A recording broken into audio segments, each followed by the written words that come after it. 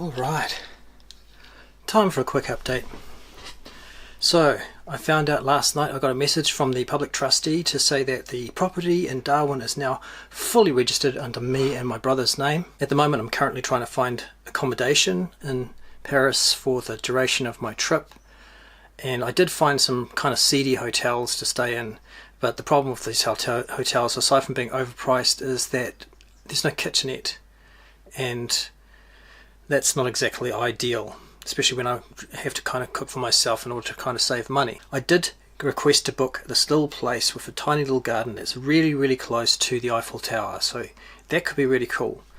That does have a little kitchenette and it's very private from the main house. It looks like it's not the main residence of the person who's put it up on Airbnb, so hopefully it's available. Just have to wait and see, because it's currently 1 AM in Paris. So I'm going to have to wait for a while for him to wake up and actually see my message. Fingers crossed, we'll see how we go. In the meantime, at least I've got those hotels booked as emergency backups. Though if I go and use those hotels, it's going to cost me at least another $1,000 on top of my accommodation costs. I'll show you the hotels that I've booked so far. So the first night, getting straight off the plane, I've booked into the Millennium Hotel, which is in Roissy, which is very close to Charles de Gaulle, and there is actually a shuttle bus that goes directly from the airport to the hotel. It's a very nice room, and it'll give me a time to recover a little bit from that massive flight. Then the other emergency bookings are, one is the Hotel de France, which is in 51 Boulevard Barbes in the 18th district. That's actually very close to Montmartre. It's very convenient, and it's not quite as seedy as the final hotel backup that I have, which is in Hotel Anya.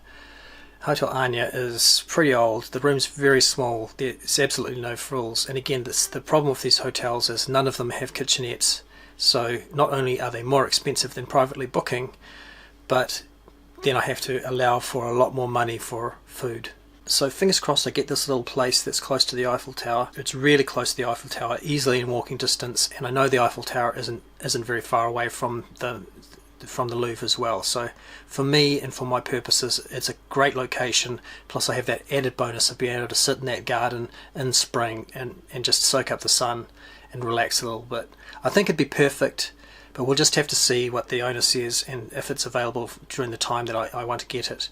So fingers crossed, we'll see how we go, and I'll keep you updated tomorrow. Now the other thing that we've got to do today is we're going to go get my check luggage bag, because my old trundler has basically died after doing so many years, I think 5-6 years of travelling not only back and forth from Europe but also all around New Zealand.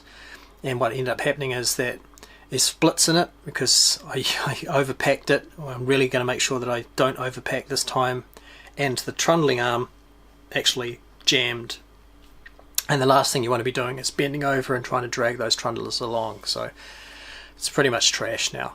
So let's go have a look at some trundlers.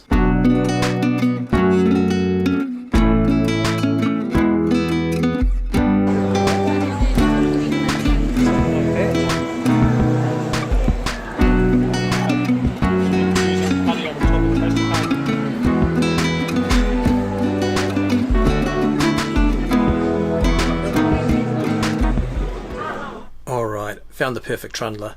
Tomorrow, let's start packing these bags.